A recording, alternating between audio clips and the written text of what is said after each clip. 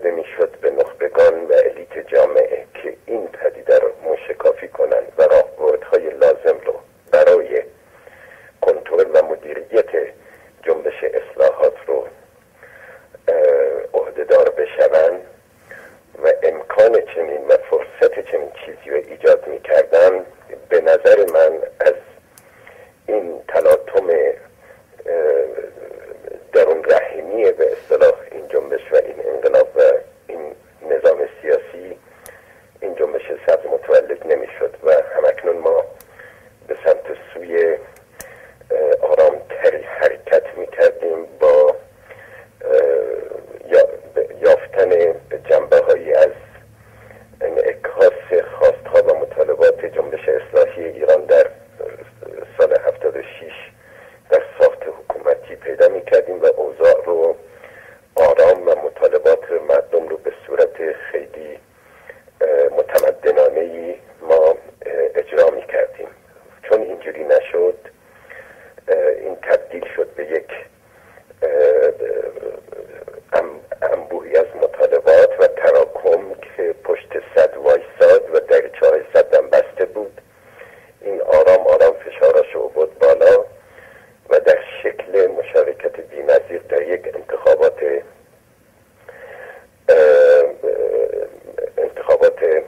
تقریباً میشه گفت آزاد و شبه دموکراتیک بدون البته توجه به نتایجش قصد داشت این جنبش خودش رو نشون بده و ابراز بکنه و به اینجا ختم شد که همکنون میبینیم بخش زیادی از بدنه سیاسی و نخبگی جنبش اصلاحات و نه جنبش سبز. یادمون باشه که من همواره از این دسته از افرادیم که وقتی بررسی میکنم شخصیت هایی که بازداشت شدن در این موج اخیر بازداشت ها همگی عهده‌دار و نقش آفرین دوره اصلاحات بودن، نه دوره جنبش سبز. چون جنبش سبز به خودی خود هنوز رهبری واقعی خودشو نه سمبولیک مهندس موسوی معلومه، کاملا آشکاره برای همگان، ولی به صورت واقعی جنبش سبز دارای رهبری واحد همراه با یک پلتفرم و استراتژی و تاکتیک همراه با ارتباطات ارگانیک بین بدنه و هرم رهبری نداره. بنابراین فاقد رهبری ارگانیک به مفهوم واقعی کلمه و جامعه شناختی کلمه است. لذا آنچه که تا کنون اتفاق افتاده از موج سرکوب‌ها و محدودیت‌ها، اینا همش در صفوف کسان و شخصیت‌ها و جریان‌هایی به وقوع پیوسته که به گمان حکومت در رشد جنبش سبز یا ترویجش و یا به اصطلاح شعله‌ور کردن زبانه‌های آتشش و مطالباتش اینا مؤثر بودن به گمان حکومت. من خلاف اینو معتقدم، ولی به هر حال یک چنین تفسیری هم به صورت رسمی وجود داره در این کشور.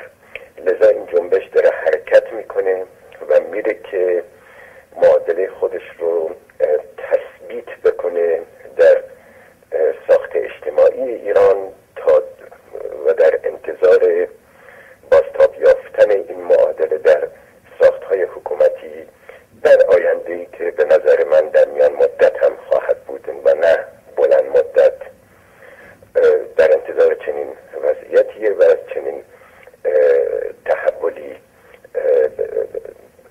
به سر میبره.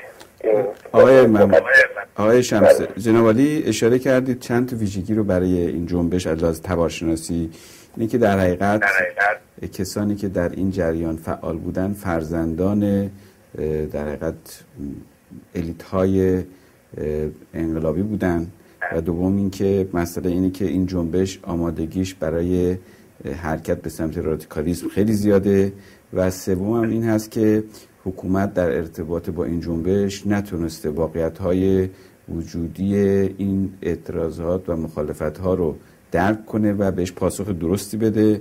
و چهارم هم این هست که شما در حقیقت اشاره کردید که در میان مدت اثرات این حرکت ظهور خواهد کرد در ساخت قدرت، حالا یا به سمت مصالحه یا تغییراتی از بالا توسط حکومت. و چهارم هم این که شما خاطر نشان کردید که جنبش سبز در حقیقت تداوم جنبش اصلاحات هست. درسته مجموعاً اگه بخوام جمع‌بندی کنم؟ بله کاملا.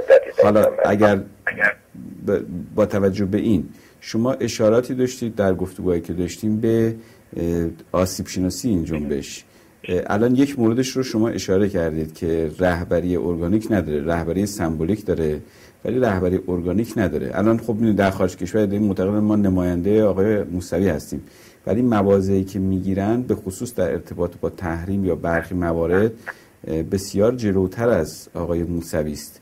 میخواستم ببینم حالا با توجه به این موضوع شما در مجموع چه از آسیب شناسی چه ملاحظاتی دارید در مورد حرکت این جنبش؟ ببینید من در آسیب شناسی چند نکته رو اشاره بکنم. یکی موضوع داخلی، یکی خارج از کشور. اول به داخل بپردازم، بعد اینکه هر چیزی که اتفاق میفته اول در بوم وطن اتفاق میفته، بعد بازتابی در خارج از کشور و بعد در میان الیت خارج از کشور و در شکل حرکت‌ها یا فعالیت‌های اپوزیسیون ظهور و تجلی پیدا میکنه.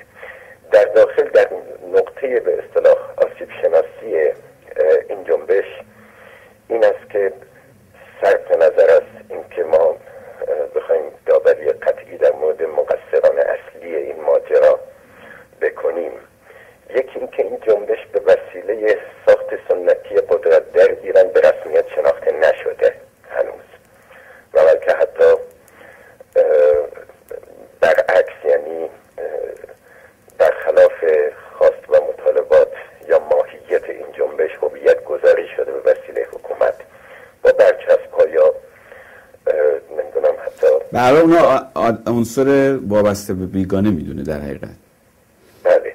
حالا ببینید چرا جناب حقیقی، چرا این نکته بسیار مهمیه. وقتی حکومت و ساخت حکومت، گاورمنت، منظورم استیت مفهوم کلیش، عموم حکومت، وقتی یک چیزی رو به رسمیت نمیشناسه، یک طرفش روی کرده حکومتیه، یک طرفش ناتوانی به اصطلاح این جنبش و رهبران سمبولیک آن برای تحمیل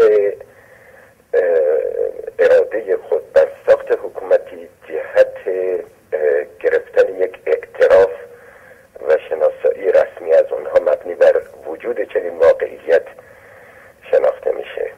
یعنی ما یادمون نره اصلا بازیگری یا رقص تانگوی یک طرفه ما نداریم، همه چی دو طرف است. وقتی حکومت به رسمیت نمیشناسه چنین ماجرایی و این یک نقصی در این جنبش هست. وقتی به رسمیت شناختش نشانی از موفقیت این جنبش و رهبران اون داره.